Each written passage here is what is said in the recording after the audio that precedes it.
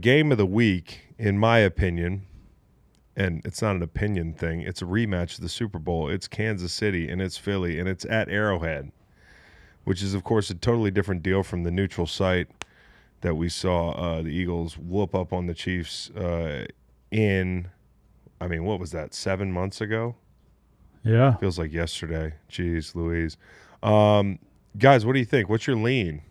You guys got a lean? It's the 11th rematch of a Super Bowl in the following season all time. The Super Bowl winning team has won 7 of the 10 previous rematches. Man, that's interesting. That's my lean.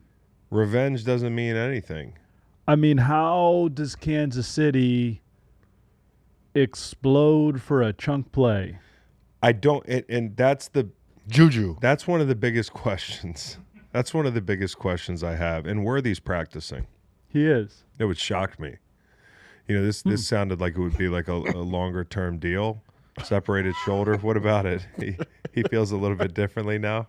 No, I cut Worthy for Mac Jones in fantasy. I just noticed in case if anyone was noticing. You might want to put a Google alert on Xavier Worthy, because it just popped up earlier today where I was like, oh man, he might play this week. So if he plays, I think they came into camp expecting that we're going to get more explosives this year. I think that the number one key was the offensive line, and you guys have probably heard me talk about this already like too much, but I think it's gonna contextualize the whole thing for them. They have upgraded at left tackle. They believe that. I believe it. And Josh Simmons, the rookie, who gave up a few pressures the other night, had some pre-snap penalties. There's reason to believe that before the end of the season, the Chiefs are going to have their best offense they've had in a couple years, which ain't saying too much, right? This has been a defensive football team and a crunch time team. They win almost every one-score game. They didn't win a one-score game this week. It looks a little bit more out of balance for them, and especially it looked that way with Worthy off the field. I mean, you're trying to hit deep shots now to Thornton. Mahomes was a little bit off on some of those opportunities.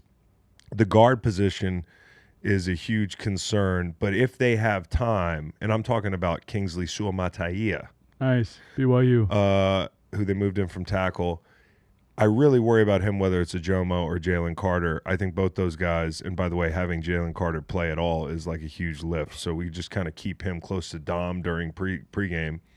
I think if they have the protection and Worthy is healthy, it's a shoulder, it's not a groin, you'll see a little bit more what their plan was for this offense this year. I think Travis Kelce's going to get bracketed. I think they're going to take him away or try to.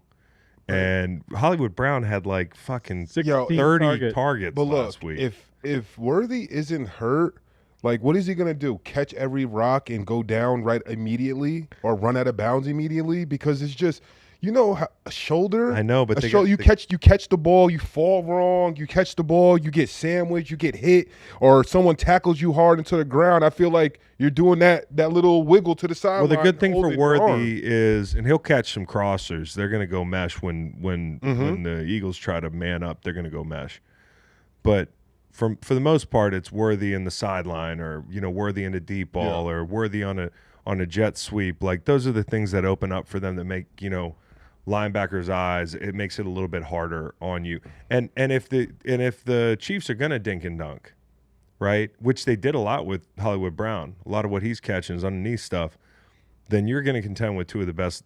I don't want to get out in front of myself here, but I think the Eagles have two of the best linebackers in the league. I think by the end of the season, you're gonna look at that linebacker unit with Jahad Campbell and Zach Bond. You don't like him so much? No, I love him so much. He's so good. In coverage last week? He's so good. He was everywhere. So that's why I look at this as an interesting game, where it's like we saw the Chiefs week 1, but we didn't see what their real plan for the offense was.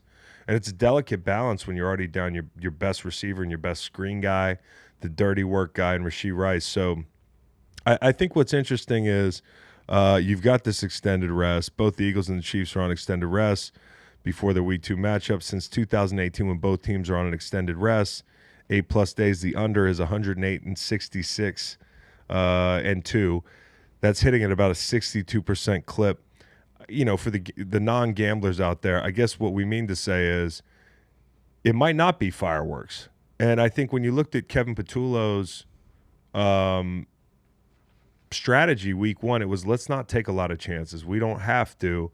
The offensive line bled a little bit in the pass rush, a little more than you're used to. There were some pressures. There were some moments where, and Landon Dickerson's banged up. He should go, but if he doesn't, or if he gets dinged, then it's going to be a nightmare inside with Chris Jones, right? And you talk about like what we just saw 7 months ago. The mechanics when you go on the road, if God forbid you have 2 new guards in there compared to that Super Bowl matchup, you're talking about silent count, you're talking about communication, a new offensive coordinator, maybe some new terminology, some new wrinkles you're trying. The Eagles, I think, are going to have to get a little bit more aggressive at times because if we know anything, Spags decided in the Super Bowl, we're going to take away Saquon Barkley and we're going to make Jalen Hurts beat us. Do you think they roll that same strategy out there? I don't know. But A.J. Brown's got to get the damn ball. The bottom line is this. Chiefs sold out to stop Saquon. I think they're going to try to do that again. And when you look at the Eagles' run game, this may be something that got lost in the shuffle. I was surprised to read this. Eagles at 11 personnel really didn't run the football. 4 carries, 11 yards, right? So, out of 12 and 13 where they did most of their work on the ground, 14 carries for 30 yards. You look at their run offense last week, Jalen Hurts was a huge part of it. Like, they didn't really get going on the ground. And so that's a little bit of a troubling thing when you're looking at this unit. And if you want to be an 11 and you want to force – Hicks struggled last week in Kansas City, right? In Brazil, rather. But Hicks struggled for them. And depending on if you're trotting 11 personnel out there and you're demanding they put nickel on the field, or if you're in those bigger personnels where you've got Chenal, Tranquil, Bolton out on the field, and one less defensive back in base personnel, like you're going to get different looks. And if you want Hicks on the field and you want them to have to be able to defend down to their last corner, then I would force them into nickel. But if you're in nickel, you got to run the ball better. They did not run the ball well in 11 personnel last week. So that was an interesting nugget. So how important is Justin Reed? We'll find out. Justin Reed might be really important to this defense. Surprise, surprise. I think it's going to be a very interesting game. Golly, if the Eagles can run the football, they're going to win this damn game. But if for some reason they run the football like they did last week, I think a lot of people are undervaluing the Chiefs right now, myself included maybe. Mahomes scares me at home. He really does. It's the only second time in his career being an underdog at Arrowhead. And he lost that game. Did he? Yep. Who was it? The Bills. The Bills? 24-20. Wow. The only 3 times that he's closed as a 1.5 or shorter favorite at home is coming against the Bills. I guess you could say, though, if they can't run the ball, they didn't really run the ball in the Super Bowl, and they just torched them. What's going to be different? I don't know. Maybe this is the part where the rubber meets the road for a new offensive coordinator. They had things going last year. Kellen Moore and that group had things going. By the time this is week 2, so we'll see. Patullo's got to be. I think Patullo's going to be tested a lot more. I think the defense was tested last week. And by the way, we didn't even talk about Zadarius Smith yet. One of my favorite players. Y'all know that. A little bit of double whammy for Detroit, who really didn't look that great rushing the passer last week. They pass on Zadarius Smith, and he ends up in Howie Roseman's house. And I think Zadarius Smith's a lot of fun because you can move him around. He can rush as a floater. He can rush over guards. He can rush over tackles. And one more guy to keep an eye on, Uche was fantastic last week as far as an under-the-radar rusher. And obviously the interior guys over that right guard or that left guard, Kansas City's left guard, Kingsley Suamataia. Something to watch. And the right tackle has got an injury. Jawan Taylor's got an injury. Probably should play, but their depth isn't great. So. No.